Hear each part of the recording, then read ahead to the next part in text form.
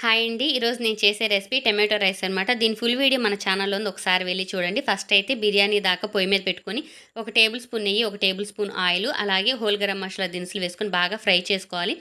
3 పచ్చిమిర్చి ఘాట్లు పెట్టుకొని వేసుకొని, సన్నగా కట్ చేసుకున్న ఆనియన్స్, కొత్తిమీర, పుదీనా వేసుకొని, 3 టమోటాలు సన్నగా చాప్ చేసుకొని వేసుకోవాలండి. అలాగే రుచికి సరిపడా ఉప్పు, పసుపు కొంచెం, అలాగే అర స్పూన్ గరం మసాలా వేసుకోవాలండి. ఇవి బాగా ఫ్రై అవ్వాలన్నమాట. టమాటో సాఫ్ట్గా కుక్ అవ్వాలి, ఆయిల్ సపరేట్ అవ్వాలన్నమాట. ఇప్పుడు ఒక గ్లాస్ బియ్యంకి గ్లాసున్నర వాటర్ అండి.